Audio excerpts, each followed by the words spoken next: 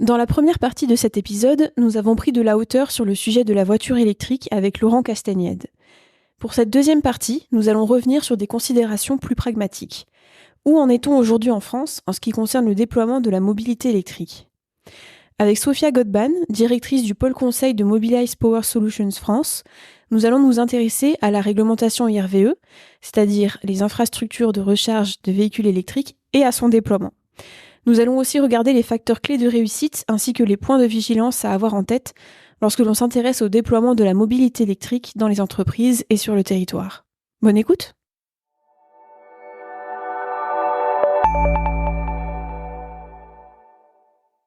Alors bonjour Sophia, est-ce que vous pouvez commencer par vous présenter et nous présenter aussi Mobilize Power Solutions avant qu'on attaque le sujet du jour? Bonjour Suzy. Donc déjà, merci beaucoup pour l'invitation à ce podcast. Donc me concernant, donc moi c'est Sophia Godban et je suis la directrice du pôle conseil de Mobilize Power Solutions. Donc Mobilize Power Solutions, c'est une entreprise qui donne des conseils aux entreprises et aux territoires pour faciliter leur transition vers la mobilité décarbonée. Et Mobilize Power Solutions propose aussi une offre clé en main concernant l'installation, l'exploitation et la maintenance des bornes de recharge.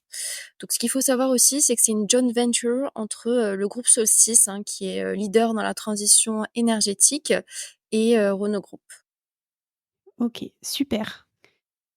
Vous travaillez beaucoup sur le déploiement d'IRVE, qui sont les infrastructures de recharge pour les véhicules électriques au sein des entreprises et des territoires.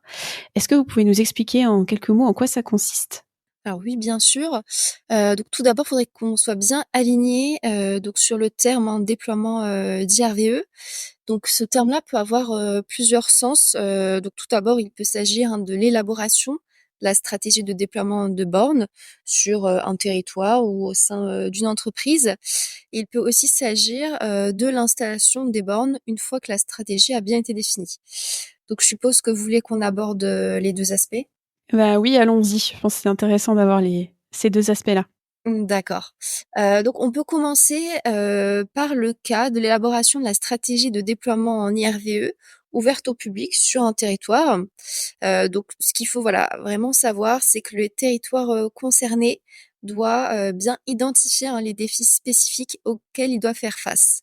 Donc par exemple, donc il faut que le territoire regarde s'il a une topographie particulière comme des zones montagneuses, si la densité de population sur son territoire est inégale. Donc par exemple, s'il y a des zones rurales et des zones plus urbaines, si la densité de la population va varier au cours de l'année, par exemple s'il s'agit d'une zone touristique.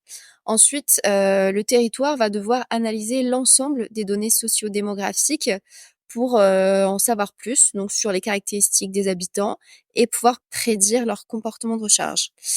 Et dernier point, donc ce territoire devra réaliser un état des lieux des bornes existantes ouvertes au public. Grâce à tous ces éléments, le territoire pourra en déduire le besoin complémentaire nécessaire en bornes de recharge ouvertes au public pour répondre donc à la demande de l'ensemble des usagers de son territoire. Et donc ce territoire pourra alors choisir un nombre de points de charge et donc les puissances les plus adaptées. Et donc souvent, les territoires vont alors construire ce qu'on appelle un schéma directeur IRVE.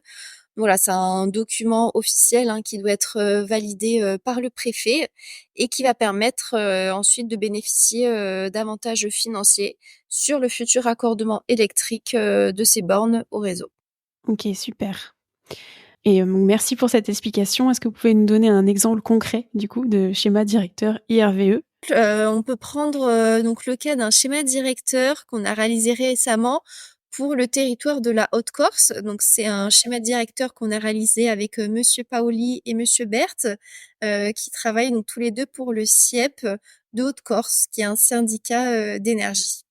Donc pour vous en dire un petit peu plus sur le contexte, donc la Corse, c'est un territoire qui doit relever beaucoup de défis, puisque c'est un territoire insulaire.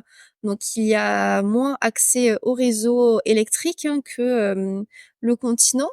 C'est un territoire aussi qui connaît un très fort afflux touristique durant la saison estivale et qui contient de nombreux zones montagneuses et beaucoup de zones rurales.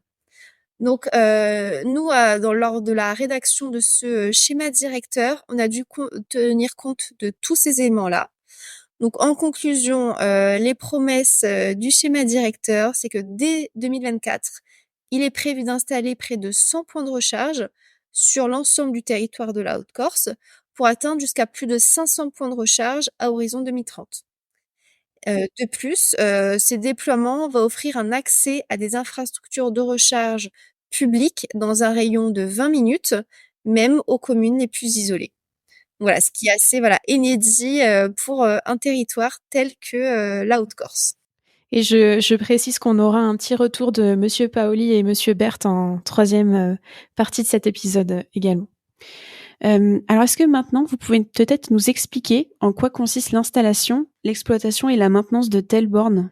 Alors, tout d'abord, il va falloir que l'entité, hein, qui se lance, donc dans un projet, d'installation de bornes, de recharge, définisse, hein, les critères les plus pertinents, donc pour choisir l'offre qui sera la plus adaptée à ses besoins. Premièrement, quelles sont les ambitions de l'entreprise? Est-ce qu'il s'agit juste de respecter la réglementation ou bien, d'anticiper les évolutions à venir? Aussi de déterminer les typologies d'utilisateurs cibles pour cette offre. Donc, est-ce qu'il s'agit de collaborateurs uniquement ou bien aussi de visiteurs? Puis, de déterminer les véhicules cibles qui utiliseront ces bornes de recharge.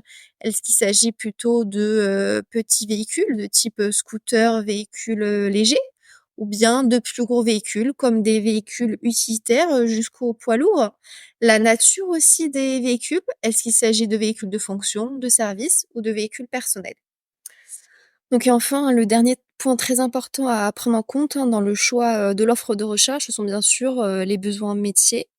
Donc selon qu'il voilà, soit nécessaire que la recharge soit réalisée pendant la journée, pendant la nuit ou bien, s'il faut voilà, réaliser plusieurs recharges par jour. Donc l'entreprise ne va pas choisir le même nombre de points, de recharge et les mêmes, puissances. Donc pour vous en dire un petit peu plus, donc je vais vous détailler, hein, quelques cas, d'usage qu'on peut rencontrer. Donc par exemple, le premier cas d'usage, donc ce sont des collaborateurs qui vont travailler toute la journée dans des bureaux. Donc ils arrivent le matin, ils vont, brancher leur véhicule et ensuite, le soir, ils vont, repartir avec leur véhicule et le retirer de la borne de recharge. Donc à ce moment-là, on va proposer une recharge lente puisqu'on aura plusieurs heures, pour recharger, tranquillement le véhicule toute la journée.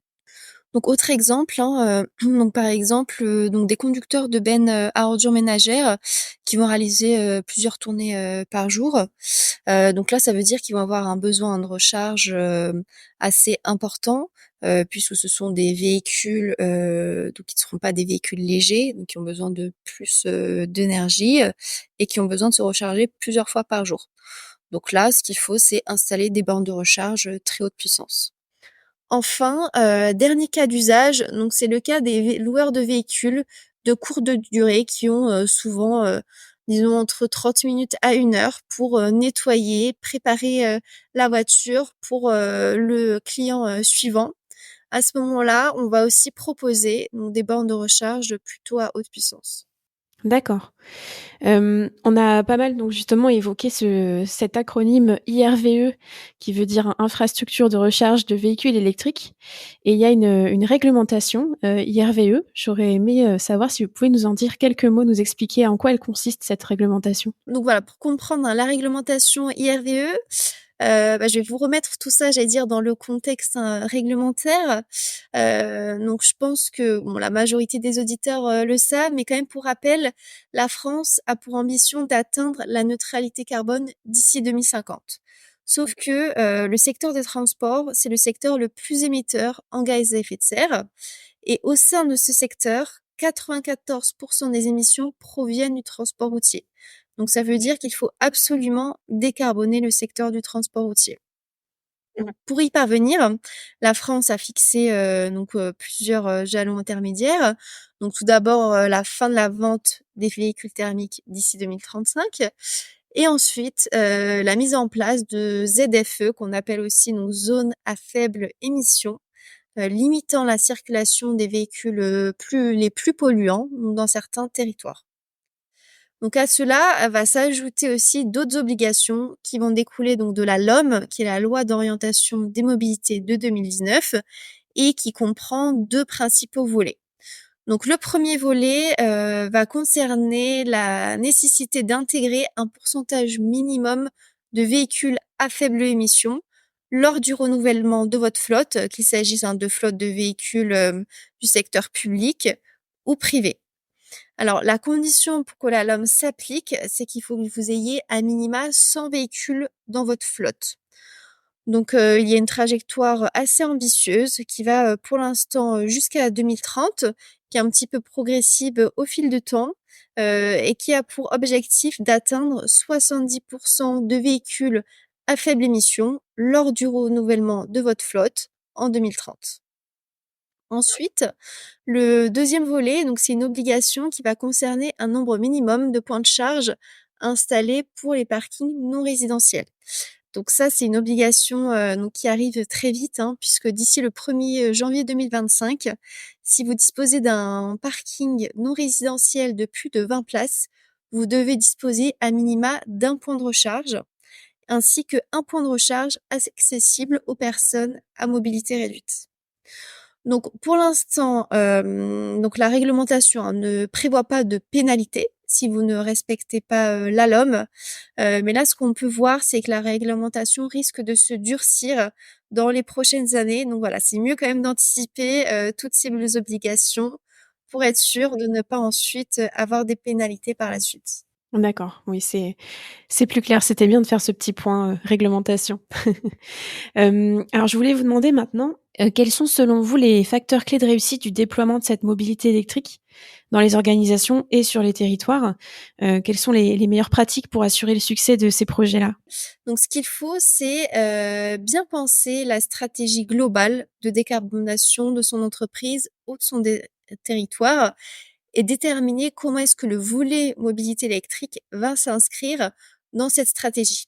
Donc selon moi, on a 4 points clés qu'il faut retenir. Donc le premier, c'est bien dimensionner le nombre de points de charge et la puissance associée, sachant que l'ensemble doit être bien sûr adapté à vos besoins métiers. Ensuite, le deuxième point, c'est de choisir les solutions de recharge qui vont être évolutives, compatibles avec différentes marques de véhicules et comme ça vous permettra de mieux maîtriser, l'ensemble de vos installations. Donc il faut aussi, privilégier les bornes les plus récentes si possible, donc puisque ces bornes vont intégrer les futures évolutions technologiques telles que le plug and charge et le véhicule, to grid. Donc il faut aussi, privilégier des bornes de recharge interopérables, comprenant des protocoles ouverts, ce qui va vous permettre, de, changer plus facilement de prestataire, si nécessaire. Donc sur le troisième point, il faut absolument que vos bornes soient connectées. Pour quelles raisons? Pour déjà faciliter le suivi d'exploitation de votre station de recharge. Donc par exemple, avec des bornes connectées, vous pourrez mettre en place des KPI, donc concernant des statistiques d'utilisation de vos bornes, le suivi de votre TCO réel, donc de votre parc de véhicules, qui combinera à la fois les coûts de la recharge à domicile, au bureau et en itinérance. Ensuite, le fait d'avoir des bornes connectées va vous permettre de réaliser un pilotage très fin, de la monétisation, de l'accès à vos bornes et donc par conséquent, de faciliter aussi le remboursement de vos collaborateurs, si bien sûr vos collaborateurs ont des bornes installées à domicile. Et le dernier point clé, c'est que grâce aux bornes connectées, vous améliorez l'expérience de vos utilisateurs puisqu'ils pourront être dépannés à distance. Donc ensuite, donc 4e point clé, pour réussir, sa transformation, donc c'est le fait de s'appuyer sur des prestataires certifiés, donc qui auront une expérience dans l'installation, de bornes, d'avoir aussi des bornes labellisées, qui vont permettre, d'avoir un bon fonctionnement, de ces bornes et ces bornes-là ont souvent été expérimentées par des grands acteurs du secteur Et dernier point, surtout prendre en compte des bornes qui ont un service après-vente. D'accord.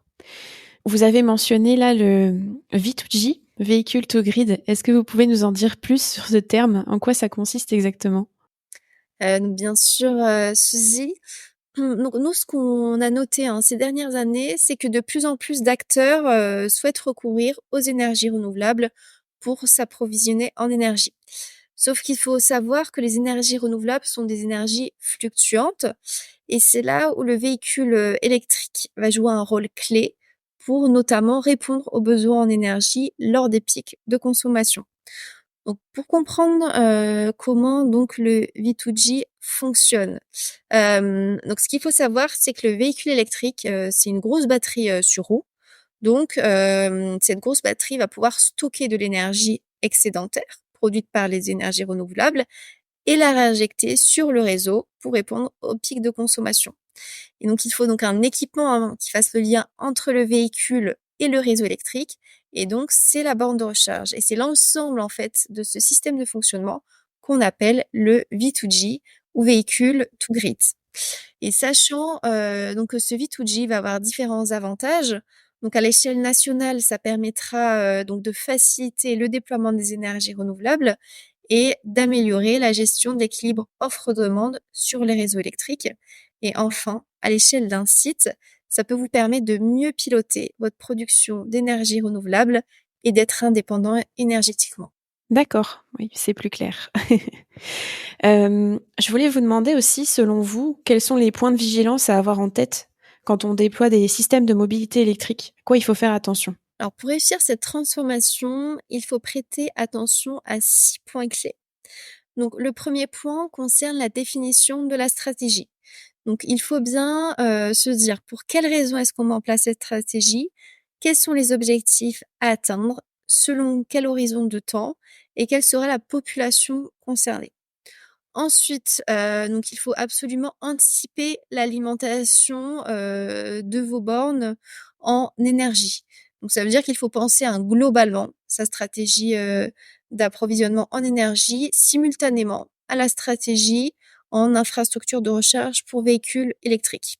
Donc une des solutions, ça peut être d'installer des énergies renouvelables comme, des ombrières par exemple, sur vos toits de parking. Et l'avantage, de recourir à des énergies qui sont produites localement, c'est que vous aurez la plupart du temps une réduction, donc des coûts, à la fois pour votre entreprise ou, pour le territoire concerné. Ensuite, 3e point clé, c'est de mutualiser absolument les coûts des travaux à réaliser. Donc par exemple, si vous souhaitez installer des bornes en année 1 et des ombrières photovoltaïques en année 3, il est plus pertinent de réaliser vos travaux de génie civil dès l'année 1. 4e point, il faut absolument peser, les pour et les contre pour chaque solution envisagée, pour ensuite être sûr des choix qu'on fera par la suite. 5e point clé, bien anticiper les démarches administratives qui peuvent prendre du temps. Donc par exemple, dans le cas de l'installation de bornes, il faut bien anticiper vos démarches, de raccordement au réseau électrique avec Enedis. Ensuite, dernier point clé, donc il faut absolument réaliser une conduite du changement pour faciliter l'adhésion de vos collaborateurs. Donc cette conduite du changement peut prendre, formes. Donc il peut s'agir, d'actions de communication ou bien, d'actions de sensibilisation, donc à la mobilité électrique ou aux énergies renouvelables, par exemple. D'accord. Oui, en effet, c'est important aussi ça. Si on veut changer les comportements, faut passer par là aussi. Alors pour finir, j'ai une dernière question pour vous. Je voulais savoir si vous avez un dernier message, une dernière remarque ou un conseil, à faire passer à nos auditeurs concernant le déploiement de solutions de recharge de mobilité électrique. Donc concernant, voilà, un dernier conseil, ce que je dirais, c'est que la stratégie de déploiement IRVE doit absolument reposer sur les besoins des usagers. De plus, la mobilité électrique, c'est finalement qu'une brique, dans l'ensemble, de la transition énergétique. Donc il faut absolument que le volet mobilité électrique s'inscrive dans une démarche globale d'optimisation de l'énergie pour, ensuite qu'on puisse atteindre tous ensemble les objectifs ambitieux de la France et de l'Union européenne. Dernier point, le cadre réglementaire parfois peut paraître contraignant, mais qui ne doit pas être vu tel quel, mais au contraire, il doit être perçu comme un défi à relever pour, par exemple, apporter une flexibilité sur les réseaux électriques, notamment grâce aux véhicules to grid. D'accord. Merci beaucoup Sophia pour cet éclairage sur la mobilité, le déploiement de systèmes électriques. C'était plus clair maintenant et je vous souhaite une bonne continuation et à bientôt. Merci beaucoup Suzy, à bientôt.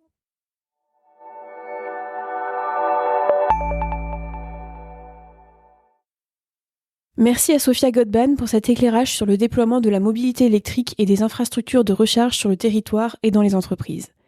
Pour compléter ce retour, nous nous retrouvons en troisième partie de cet épisode pour nous intéresser à l'installation de points de recharge dans le département de la Haute-Corse avec M. Jean-François Poli et M. Didier Berthe du syndicat intercommunal d'électrification et d'éclairage public de la Haute-Corse. À bientôt!